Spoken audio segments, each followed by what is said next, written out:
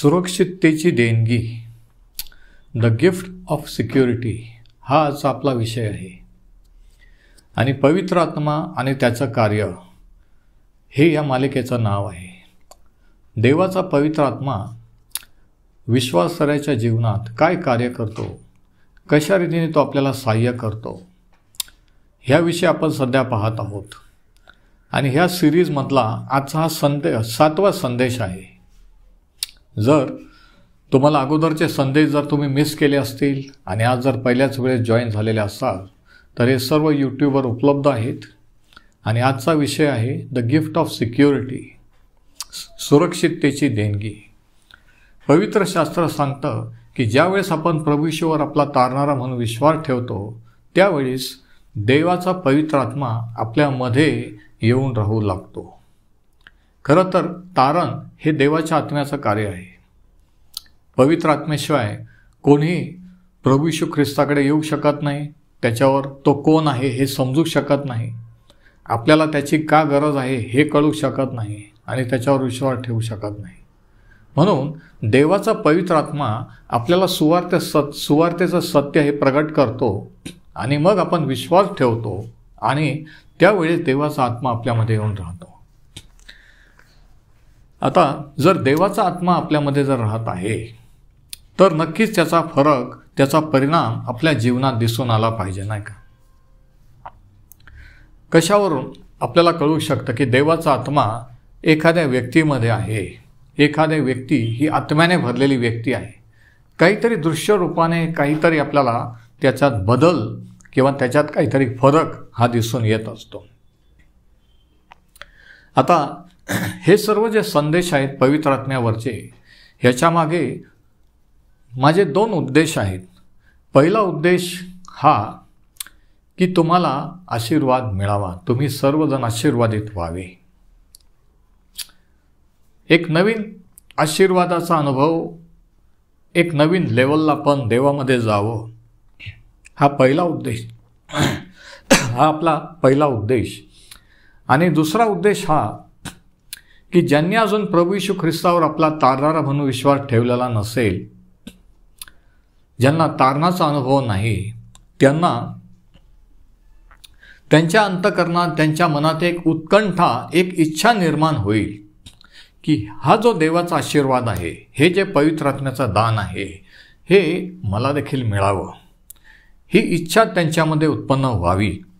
हा दुसरा उद्देश.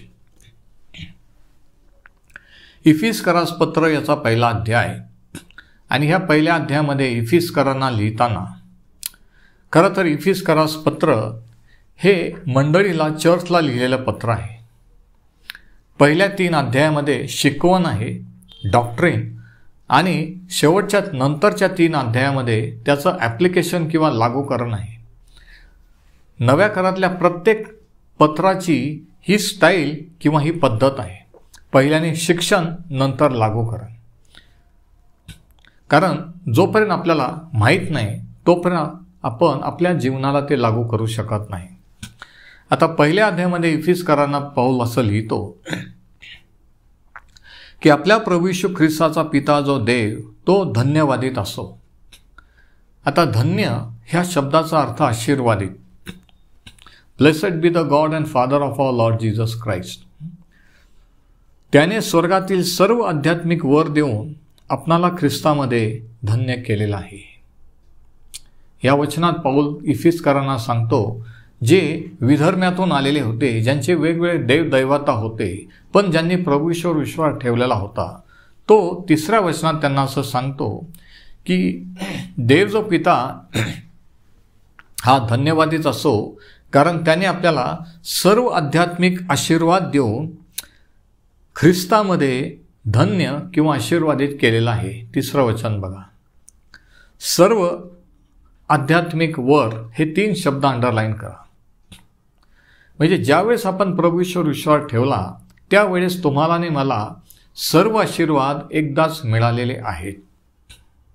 ख्रिस्ती जीवन आशीर्वाद मिळवले नाही तर आपल्याला कोणते आशीर्वाद देवाने दिलेले आहेत ख्रिस्तामध्ये याचा शोध लावणे, हे समजणे वचनातून आणि त्याचा अनुभव घेणे हे आहे.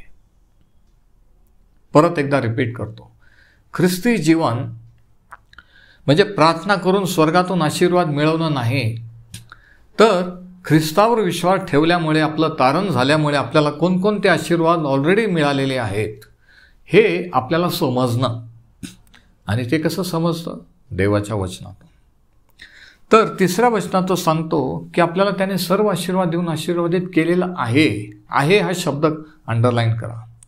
करील नाही, तर सध्या ह्या मिनिटाला तुम्ही आणि मी आशीर्वादित आहोत. जरी खरं वाटत नसलं तरी हे खरं आहे, कारण हे देवाचं वचन आहे. तर आणि मग चौथ्या वचनात तो म्हणतो की आपण प्रेमामध्ये त्याच्या दृष्टीने पवित्र व निर्दोष व्हावे म्हणून त्याने सृष्टीच्या स्थापनेपूर्वी ख्रिस्तामध्ये आपल्याला निवडले. म्हणजे देव जो बाप याने आपल्या तारणाची योजना केली आणि आपली निवड किंवा सिलेक्शन केलं.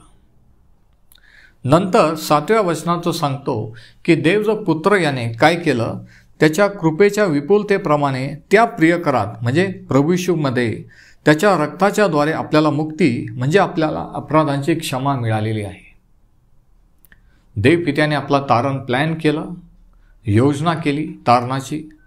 देव जो पुत्र प्रभू येशू ख्रिस्त याने तो प्लॅन अंमलात आणला. प्रत्यक्षात तो जगात आला मनुष्यरूप धारण करून. त्याने स्वतःला त्या वधस्तंभावर अर्पण केलं, रक्त सांडलं आणि आपल्याला त्याच्या रक्ताने विकत घेतलं. आणि मग देव जो पवित्र आत्मा याने काय केलं? वचन 13 आणि 14, तुम्ही सत्याचे वचन म्हणजे तुमच्या तारणाची सुवार्ता. म्हणजे बघा, सुवार्ता ही देवाच्या वचनाची सुवार्ता आहे. साक्ष ही सुवार्ता नाही, अनुभव ही सुवार्ता नाही आहे. तुम्ही सत्याचे वचन म्हणजे तारणाची सुवार्ता ऐकल्यानंतर त्याच्यावर विश्वास ठेवला. ऐकल्याशिवाय आपण विश्वास नाही ठेवू शकत नाही का? कारण कशावर विश्वास ठेवायचा हे आपल्याला आधी माहीत पाहिजे.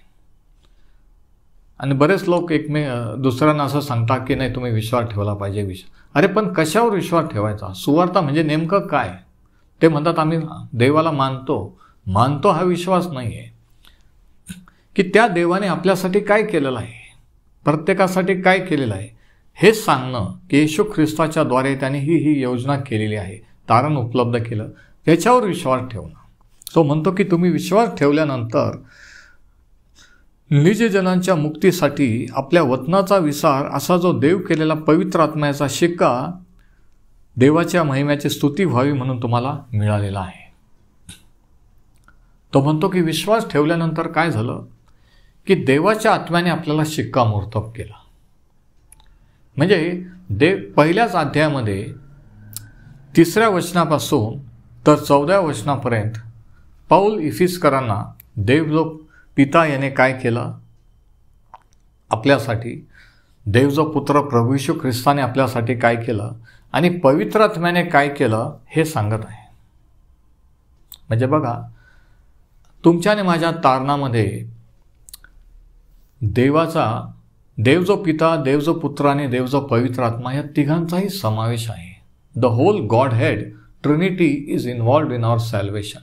संपूर्ण त्रैक्य पिता, पुत्र आणि पवित्र आत्मा हे तारणाच्या कार्यामध्ये समाविष्ट झालेले आहे. आता पवित्र आत्म्याचं जे कार्य त्याने काय केलं तर त्याने आपल्याला शिक्कामोर्तब केलेलं आहे. 13 आणि 14 वचन हे दोन्ही वचनं मराठी ट्रान्सलेशनमध्ये, मराठी बायबलमध्ये एकच आहेत. आणि त्या 14व्या वचनामध्ये शिक्का हा शब्द अंडरलाईन करा, सील. म्हणजे पवित्र आत्म्याने शिक्कामोर्तब केलेला आहे, सीलबंद केलेला आहे.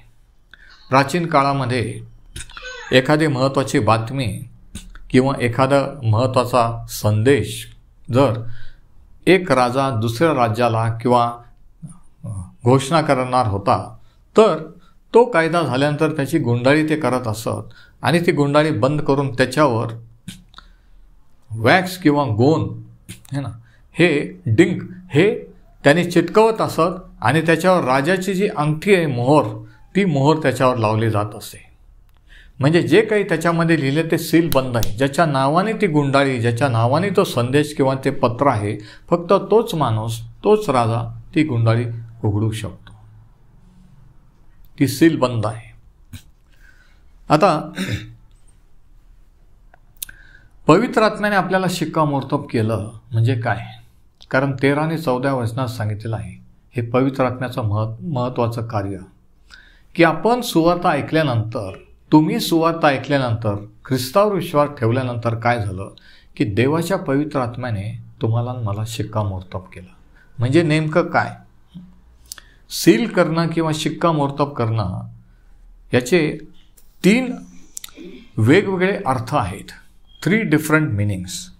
पहिली गोष्ट ही, पवित्र आत्म्याने आपल्याला शिक्कामोर्तब केलं म्हणजे आपण देवाचे झालो, देवाच्या मालकीचे झालो.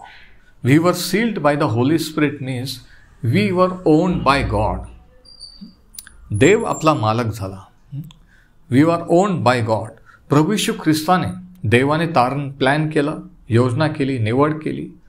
प्रभू येशू ख्रिस्ताने त्या तारणासाठी स्वतःचं रक्त सांडलं आणि तारण उपलब्ध करून दिलं, पापांची क्षमा. आणि त्या क्षमेसाठी, त्या तारणासाठी सर्वात मोठी किंमत त्याने मोजली, ती म्हणजे स्वतःचा जीव, स्वतःचं रक्त. आणि म्हणून तारण हे स्वस्त नाही आहे. विश्वास ठेवणं जरी सहज आहे की आपल्याला काही करायचं नाही, देवाकडे जाण्यासाठी, देवाची समेट करण्यासाठी, देवाला खुश करण्यासाठी, परंतु आपल्या ऐवजी प्रभू येशू ख्रिस्तानेची शिक्षा भोगली, मरण सोसलं, शाप वाहिले आणि त्याच्या रक्ताची किंमत मोजली. आणि हे सर्व कशामुळे? आपण चांगले होतो म्हणून नाही, आपण काहीतरी केलं देवासाठी म्हणून नाही. आपण तर तेव्हा जन्मलेलो नव्हतो, आपल्याला तर देव माहीत पण नव्हता. त्याच्या अगोदर, आपल्या जन्माच्या अगोदर देवाने हे प्लॅन केलं, ठरवलं आणि हे सर्व उपलब्ध करून दिलं. किती जणांना समजतंय मी काय बोलतो ते? जसं आदाम आणि हवा निर्माण करण्यापूर्वीच त्यांना काय लागेल, राहायला कोणतं ठिकाण लागेल, खायला प्यायला काय लागेल, हे सगळं आधी तयार केले आणि नंतर त्यांना तयार केलं. आणि जेव्हा त्यांना तयार केलं तेव्हा सगळं रेडी होतं. तसं आपल्या जन्मापूर्वी त्याने हे सर्व रेडी करून ठेवलं. आमेन. Praise the Lord. तर पहिली गोष्ट, we are sealed with the Holy Spirit. देवाच्या पवित्र आत्म्याने आपण शिक्कामोर्तब झालेलो आहोत, म्हणजे आपण देवाच्या मालकीचे झालेलो आहोत, है ना. We are owned by God. आपण देवाचे झालेले आहोत आणि हे सर्व त्याच्या कृपेमुळे आणि त्याच्या प्रेमामुळे झालेले आहे. कोणीतरी म्हटलं की देवाने इतकं प्रेम, मी तर असं आहे, पण देवाने माझ्यासाठी एवढं का केलं? आणि याचं उत्तर हेच आहे की त्याच्या प्रेमामुळे, त्याच्या कृपेमुळे, है ना. सर्व काही देव पिता जे आपल्यासाठी करतो हे त्याचं आपल्यावर प्रेम आहे. म्हणून देवाने जगावर एवढी प्रीती केली की त्याने आपला एकुलता एक पुत्र दिला. त्याच्या प्रीतीमुळे, त्याच्या प्रेमामुळे हे केलं. आपण त्याला सांगितलं नाही किंवा मागितलं नाही, तर त्याच्या प्रेमामुळे त्याने हे केलेलं आहे. आणि म्हणून आपण देवाच्या दृष्टीने व्हॅल्युएबल किंवा मौल्यवान असे आहोत, कारण आपण देवाचे आहोत. त्याने आपल्याला त्याच्या रक्ताने विकत घेतलेलं आहे. तुम्ही म्हणाल की मी माझ्या कुटुंबाच्या दृष्टीने मला नाही वाटत मी महत्त्वाचं आहे, माझ्या घरच्यांच्या किंवा चर्चच्या किंवा समाजाच्या दृष्टीने मला काही महत्त्व नाही आहे. तुम्हाला जरी महत्त्व नसेल, पण देवाच्या दृष्टीने तुम्ही मौल्यवान आहात. का? कारण त्याच्या रक्ताने विकत घेतलेलं आहे. तुम्ही देवाची प्रॉपर्टी झालेले आहात. Praise the Lord. म्हणून कोणाला तुमच्याबद्दल काय मोल वाटतं, महत्त्व वाटतं की नाही हा विषय नाही आहे, तर देवाच्या दृष्टीने तुम्ही इतके महत्त्वाचे आणि इतके मौल्यवान आहात. किती विशेष आहे ना का? आणि हे खरं वाटल्यानंतर आपण देवाचे आभार मानल्याशिवाय राहत नाही. हे जर आपल्याला समजलं, खरंच जर आपण विश्वास ठेवला, तर आपण कधीच असं म्हणणार नाही की मी जर अजून श्रीमंत असतो, मी जर अजून हुशार असतो, मला जर हे असतं ते असतं. आपण जसं आहोत तसं स्वतःचा स्वीकार करून त्याचे आभार मानू की प्रभू मी अशी आहे, मी असं आहे, तरी तू माझ्यावर एवढं प्रेम केलं आणि मला विकत घेतलंस. मी तुझ्या दृष्टीने, मी कोणाच्या दृष्टीने महत्त्वाचा जरी नसलो तरी मी तुझ्या दृष्टीने महत्त्वाचा आहे. आमेन. ज्यावेळी सैतान तुमच्या कानात कुजबूज करील की तुम्ही कोणीच नाही रे, तुम्ही महत्त्वाचे नाही, तुला काय वाटतं तू कोण आहे, त्यावेळेस हे ध्यानात ठेवा की तुम्ही ख्रिस्ताच्या रक्ताने विकत घेतलेले आहात.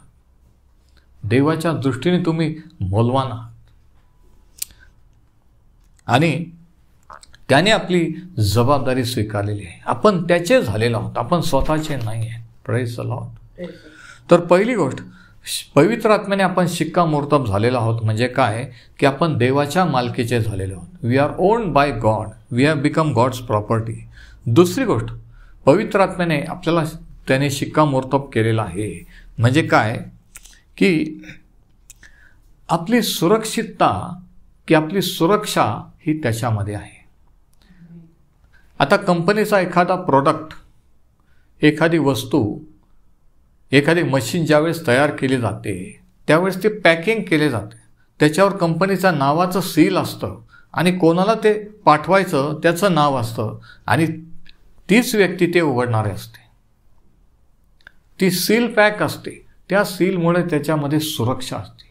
तुम्हाला मला देवाच्या पवित्र आत्म्याचा शिक्का मिळालेला आहे, आपण शिक्कामोर्तब झालेलो आहोत म्हणजे काय की आपण देवामध्ये सुरक्षित आहोत. ही आपली खरी सुरक्षा आहे की आपण देवाच्या हातात आहोत. आता प्रकटीकरण 7 आपण वाचतो की 1,44,000 शिक्का म्हणजे काय की ते 1,44,000 जे निवडलेले होते त्यांना देवाने शिक्कामोर्तब करून त्याच्यासाठी वेगळं केलेलं होतं आणि सांगितलं की त्यांना इजा करू नका. ज्यावेळेस तुम्ही आणि मी प्रभू येशूवर तारणार म्हणून विश्वास ठेवला त्यावेळेस देवाच्या पवित्र आत्म्याने आपल्याला शिक्का मारला, शिक्कामोर्तब केलं यासाठी की जसं एखादं रजिस्टर्ड पार्सल पाठवलं जातं एका ठिकाणाहून एका गावाहून दुसरीकडे, तसं आपल्याला शिक्कामोर्तब करून ह्या पृथ्वीवरून जिथे तो आहे त्या स्वर्गात रजिस्टर पार्सलने पाठवावं. आमेन. आपण देवामध्ये सुरक्षित आहोत आणि कुठपर्यंत? तारणाच्या दिवसापर्यंत, शेवटपर्यंत. म्हणून पाऊल फिलिपी 1:4 म्हणतो की ज्याने तुम्हामध्ये चांगले काम आरंभिले तो ते शेवटपर्यंत नेण्यास समर्थ आहे. यहुदाच्या पत्राच्या शेवटच्या वचनामध्ये लिहिलेलं आहे काही वचनांमध्ये की तो आपल्याला शेवटपर्यंत टिकवण्यास समर्थ आहे. किती विशेष आहे नाही का? तुम्ही आणि मी ज्यावेळेस प्रभू येशूवर विश्वास ठेवला, ज्यावेळेस आपण त्याच्याकडे वळलो, ज्यावेळेस आपलं तारण झालं त्यावेळेस काय झालं की आपलं नावं स्वर्गाच्या रजिस्टरमध्ये लिहिले गेले, जिथून कोणीही ते खोडून टाकू शकत नाही. चर्चमधून खोडून टाकता येतात, काढून टाकता येतं, पण जर स्वर्गाच्या रजिस्टरला तुमचं नाव आहे तर तिथून कोणीही ते कॅन्सल करू शकत नाही. आमेन. मग प्रश्न असा आहे की तुम्हाला खरंच खात्री आहे का की तुमचं नाव देवाच्या स्वर्गाच्या रजिस्टरमध्ये लिहिलेलं आहे? एकदा शिष्यांना प्रभू येशू ख्रिस्ताने 2-2 करून खेड्यापाड्यावर सुवार्ता गाजवायला पाठवलं, रोग बरे करा, भूतं काढायला. आणि ते परत आल्यानंतर ते म्हटले, ते अतिशय खुश झाले, आनंदित झाले आणि ते म्हटले की प्रभू तुझ्या नावाने भूतं देखील आम्हाला वश होतात. आणि त्यावेळेस प्रभू येशूने सांगितलं की भूतं माझ्या नावाने तुम्हाला वश होतात याच्यात आनंद मानू नका, तर तुमची नावं स्वर्गातल्या जीवनी पुस्तकात लिहिलेली आहेत म्हणून आनंद माना. बघा, तर तुमचं आणि माझं नाव आपण प्रभू येशूचे झाल्यामुळे आपलं नाव जीवनी पुस्तकात स्वर्गीय रजिस्टरमध्ये लिहिलेलं आहे. Praise the Lord. म्हणजे आपण जिवंत राहिलो काय आणि मेलो काय, मरण आलं काय, आपण देवाचे आहोत. किती ट्रॅजेडीज, काही घटना घडल्या तरी आपण सील पॅक आहोत, सील बंद आहोत, सुरक्षित आहोत. आपलं तारण आपण गमावू शकत नाही. एकदा नवा जन्म, एकदा तारण झालं ते कॅन्सल होत नाही.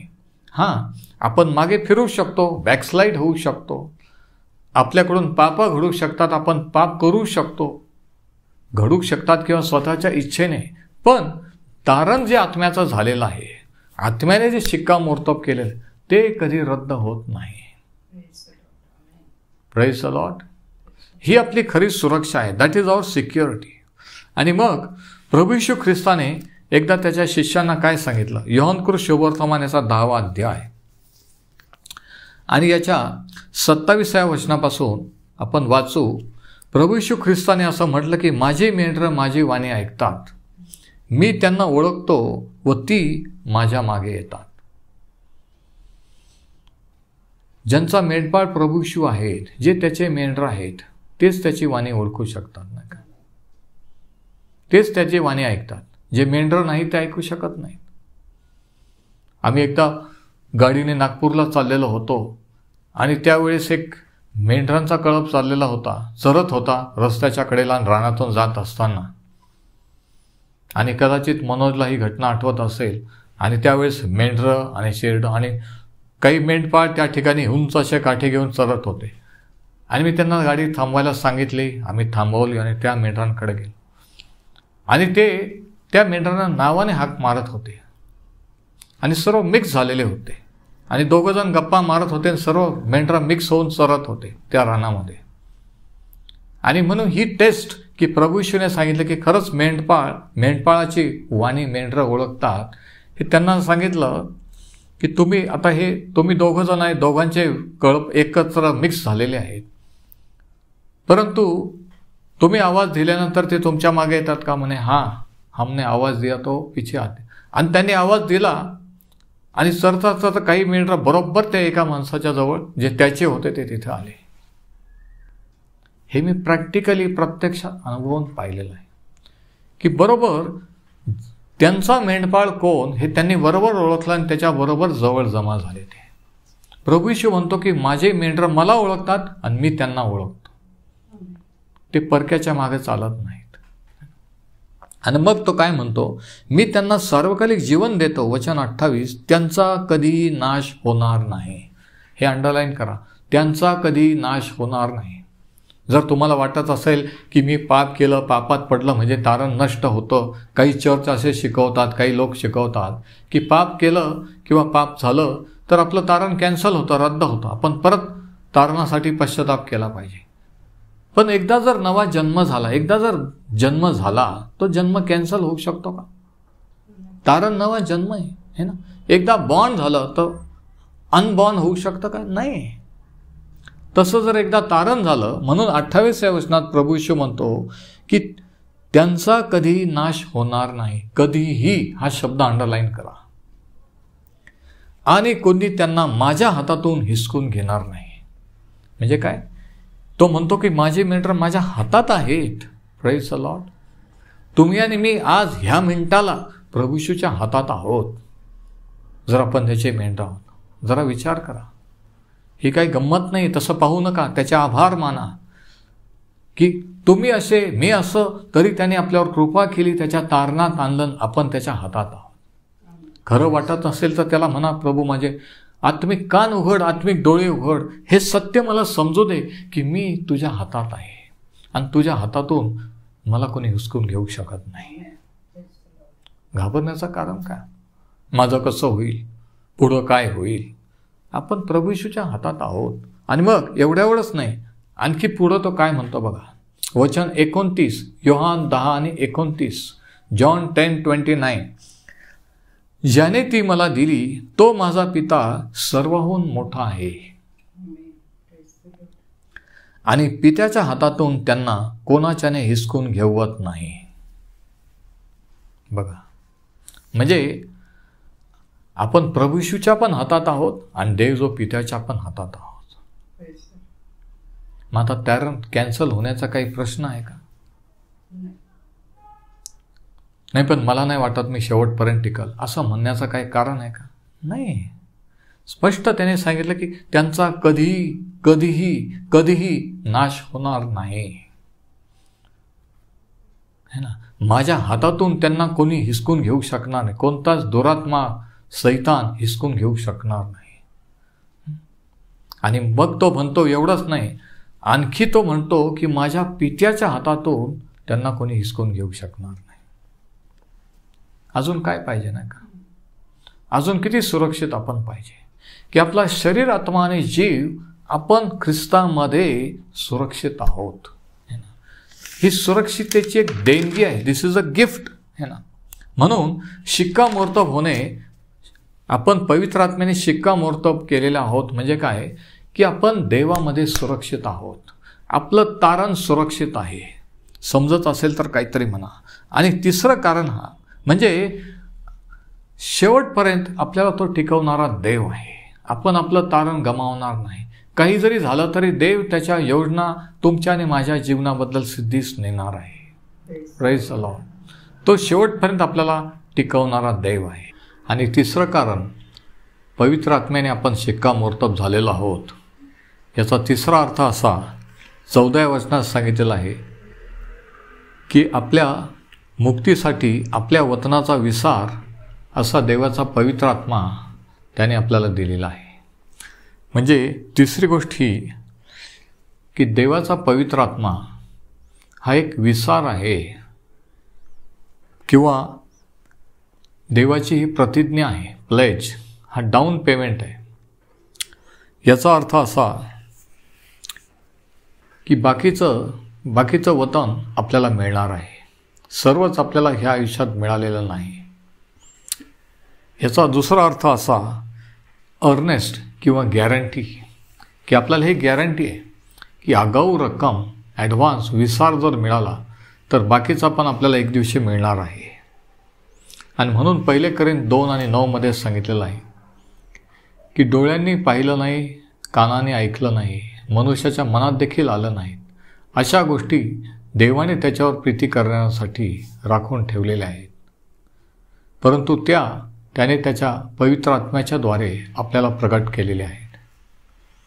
म्हणजे बघा, आज आपल्याला आपला सर्वच वतन मिळालेलं नाही आहे, परंतु त्या वतनाचा काही भाग विसार म्हणून मिळालेला आहे पवित्र आत्म्याच्याद्वारे. म्हणजे बाकीचं एक दिवशी मिळणार आहे. यातील वतनाचा एक भाग म्हणजे एक नवीन शरीर, जे कधीही आजारी पडणार नाही, जे कधीही वयोवृद्ध होणार नाही, ज्या शरीराला कधीही मरण येणार नाही, असं एक नवीन गौरवी शरीर आपल्याला मिळणार आहे. हा आपल्या वतनाचा एक भाग आहे. आता या ठिकाणी जो शब्द आहे विसार, इंग्लिशमध्ये प्लेज, त्याचा ग्रीक शब्द आहे आराबान. याचा अर्थ आहे एंगेजमेंट रिंग किंवा मागणीची अंगठी. मागणीची अंगठी काय दर्शवते की लग्न लवकरच होणार आहे, लग्न हे फिक्स झालेलं आहे. पवित्र आत्म्याचा विसार जणू काय एक मागणीची अंगठी आहे की एक दिवशी आपलं देवाचा कोकरा प्रभू येशू ख्रिस्त याच्याशी आपलं लग्न होणार आहे. मंडळी ख्रिस्त ही त्याची वधू आणि तो आपला वर. आणि प्रमुख पाहुणे जे लग्नात असतात तसे हे प्रमुख पाहुणे म्हणजे जुन्या करारातील जे संत, जे देवाचे लोक होऊन गेलेले, अब्राहम, इजाक, याकोब, मोशे, संदेष्टे वगैरे सर्व जुन्या काळातील लोक हे त्या कोकऱ्याच्या लग्नाचे विशेष किंवा प्रमुख पाहुणे असतील. तर बघा, पवित्र आत्म्याचा शिक्का किंवा पवित्र आत्मा हा एक विसार असा देवाने आपल्याला दिलेला आहे. याचा अर्थ असा की बाकीचं आपल्याला मिळणार आहे. आता या गोष्टीवरून आपल्याला काय समजतं, याच्यातून आपण काय शिकू शकतो? 2 गोष्टी. पहिली गोष्ट ही की खरंच तुम्ही देवाचे आहात याची तुम्हाला खात्री झालेली आहे का? भ्रांतीत राहू नका, भ्रमात राहू नका. खात्री करून घ्या की तुमचं तारण झालेलं आहे, तुम्ही देवाचे आहात आणि देवाचा पवित्र आत्मा त्याने तुम्हाला दिलेला आहे. दुसरी गोष्ट ही की देवाचा पवित्र आत्मा आपल्याला मिळाल्यानंतर तो देवाचा पवित्र आत्मा आपल्या आत्म्याशी खात्री करून देतो की आपण देवाचे पुत्र आहोत. तर पवित्र आत्म्याची खात्री तुम्हाला आहे का? रोमकरासपत्र 8 आणि वचन 16 मध्ये हेच सांगितलेलं आहे की देवाचा पवित्र आत्मा आपण देवाचे झालोत आहोत याची खात्री करून देतो. मग ती खात्री तुम्हाला आहे का? तर नसेल तर आज होऊ शकते. आज त्या प्रभू येशूवर तुमचा तारणारा म्हणून विश्वास ठेवा. पापांची क्षमा मागा, पश्चाताप करून त्याच्याकडे वळा आणि मग तो तुमची क्षमा करेल आणि त्याचा आत्मा तुम्हाला देईल आणि तो आत्मा तुमच्या आत्म्याशी खात्री करून देईल की तुम्ही देवाचे झालेले आहात. तो आत्मा तुम्हाला शिक्कामोर्तब करेल आणि तुम्ही सदा सर्वकाळ त्याचे व्हाल. हीच आपली खरी सार्वकालिक सुरक्षा आहे आणि ही सार्वकालिक सुरक्षा पवित्र आत्म्याची तुम्हाला आणि मला देणगी आहे. परमेश्वर आपणास आशीर्वादित करो.